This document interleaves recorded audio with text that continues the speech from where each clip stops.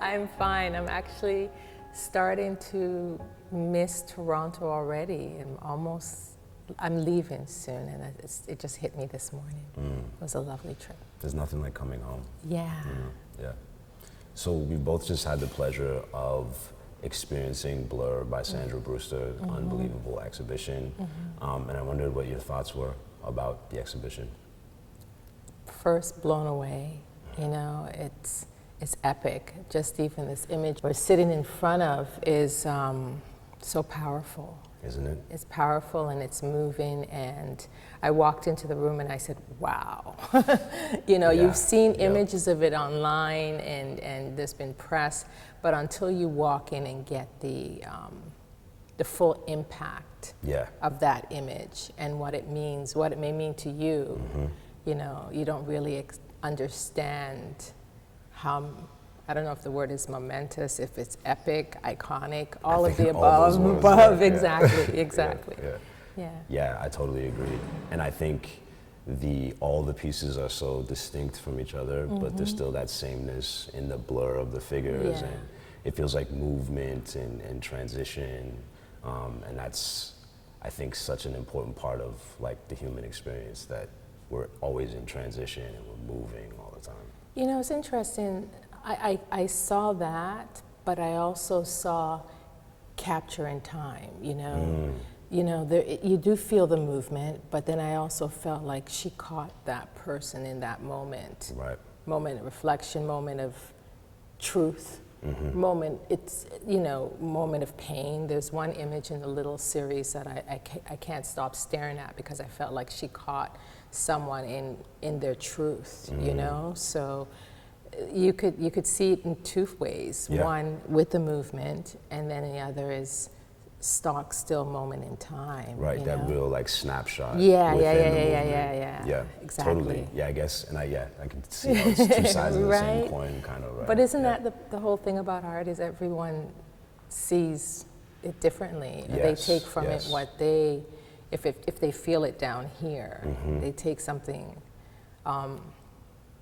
They take their own personal interpretation of what that piece means to them. Yes, and I think that creators get a joy out of people's subjectivity and how they see art differently, you know. So speaking on Blur, it's about layered experiences of identity and how our identities react to movement over time and place. And I wondered for you, as someone who was born in Jamaica, raised in Toronto, and now currently resides in California, how you feel your movement throughout your life has shaped your identity as an artist. Oh, wow. Movement, but also too, my identity, I first identify as a woman of color, and anyone who knows me knows I'm patriotically Jamaican. Like, I'm Jamaican for life, for real. But Canada has a special place in my heart. This is where I grew up. This is where I formed my tribe, if you want to call it my tribe of artists, friends, who we've come up in the film, art, fashion world together in Toronto, and some of us have spread across the world, but we're still connected, and connected via that umbilical cord of Toronto. You know, coming up in the 70s and 80s and early 90s, art scene in Toronto was, I can't even talk to you about how much fun Queen Street was back in the day. Wow, I've heard stories. But I mean, I am transient at this time, but just like what we just talked about with this piece, even though there's movement in my life, I joke I live out of a suitcase.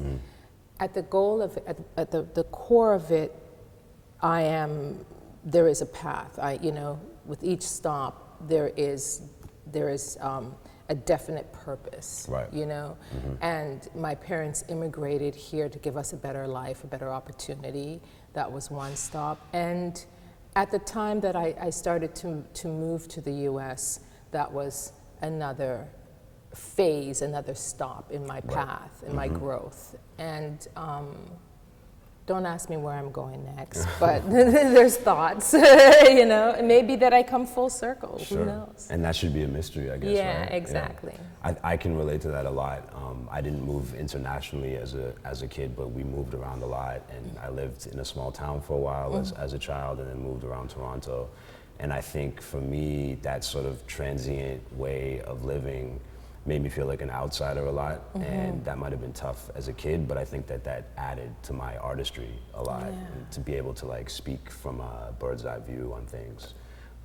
So I think that movement is like really important, you know. And no, I agree, you know. Yeah. I mean, I think being Jamaican helps to form and nurture the person that I am today. Yes, I've grown up in Canada, but at the root, my Caribbean roots are very important to me, and I think they define, you know, who I am, my integrity, I think. You know, that's it's deep. Funny. It's funny to hear you say that you're a patriotic Jamaican, because I'm also Jamaican, and it's, I think it's a common Jamaican thing for that piece of your identity to take over. Yeah, you know? And I like that feeling.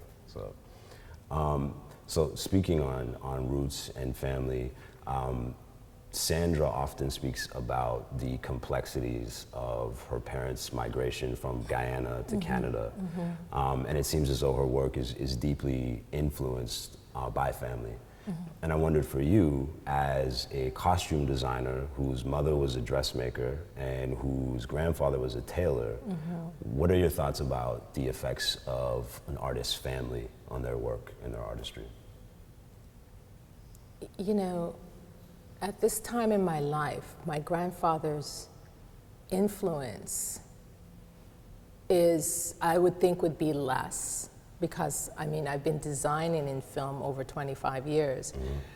But in that time, in my adult life, I've gone from fashion and styling, and I've had a clothing line, and now it's not that I'm concentrating on film, I just seem to be doing more film and television than anything else right now. But I remember doing when I first told my mother I was going to do a clothing line, she says, if your grandfather was here to see that, because I was the child that rebelled against sewing and being in the tailor shop or being in the sewing shop. And I have to clarify something, because it's something it's a word I've used for many years with my mother's dressmaker, but my mother was much more than a dressmaker. She was so much more, because if I was to stop and look at her history, she didn't just make clothes, she helped people decide on what was the right look, lines, color, fabrics. She helped design what they wore. My mother was a designer. My grandfather was a designer. And I would like to think that I'm continuing the family. You're going to make me emotional. Continue the family legacy. But yeah, dressmaker is what we know the term as Jamaicans. You know, she make clothes. We're going to talk Jamaican now. But in reality, people would come and sit down in my mother's shop in Montego Bay, and as a child, I remember her pulling out different fabrics and sketching. My mother's a beautiful illustrator, and sketching, and they're coming up with things together to make for that person for their wedding or their special event. So she wasn't just a dressmaker, she was a designer. That's design. Yeah. And it's so interesting that you live in a time and an era where you can have that complex identity, and you are a costume designer. It does seem like the evolution of the generations. And that thank you. I have to share that with her. I have to stop. I'm going to stop calling you a dressmaker, Mom. Yeah, I'm sure she'd love to hear that. Yeah. So part of the intention of Blur is to capture the effect of existing in a space that defies categorization. And we currently live in a social media, internet era that really tries to push artists into simple boxes and templates more than ever before. And I wondered for you, how do you keep a unique identity and defy categorization in this era? That's been a challenge. I'm not going to lie. Great question, by the way. Oh, thank you. There is a pressure to brand and to promote and to keep the public on top of what's happening in your life, you know. And one of the things that I have tried to do is, one, embrace what social media can bring and do for me, not only me professionally but personally, but also to try to keep a very firm balance between how much I'm willing to share and what I will share, and be in control of that somewhat, which is hard with your busy schedules. That's why I know so many people in my field who hire people to do that for them. Right. But I'm not there yet where I feel, especially when it comes to my identity, to hand that over completely to someone. Right. I see the need. I could see someone helping me, but I still would like someone to look at my IG page, for example, and say, "Oh, this is Antoinette's world," and it's not just my day-to-day work world, but I use it as my inspiration, the things that inspire me, the things that make me happy today. I mean, yesterday it was the fact that I saw a shop in the subway that sold pâté and cocoa bread, which brought me back to my youth, you know? But tomorrow it could be that amazing silhouette of, you know, an African model in a color. And I tend to gravitate to those because it's such an inspiration. It's also so new for someone who came up in the 80s and 90s to see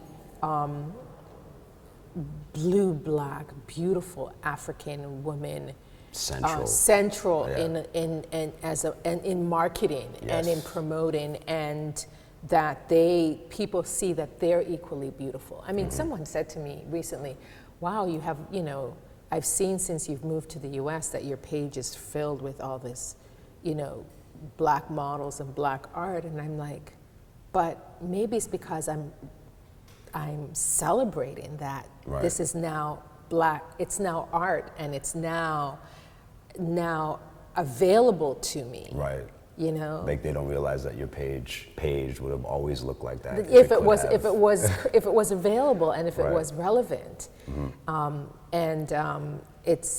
It's just, it makes me happy, it makes me proud. And you know, I modeled at 16, and yes, there were black models, but there weren't black models like that. Right. You know, so we've evolved, and I'm celebrating it, and bite me. If you don't like it. I second that. Right? That. Yes. That was a good conversation. You think so? Absolutely. Good. Yes. Because I haven't had coffee yet.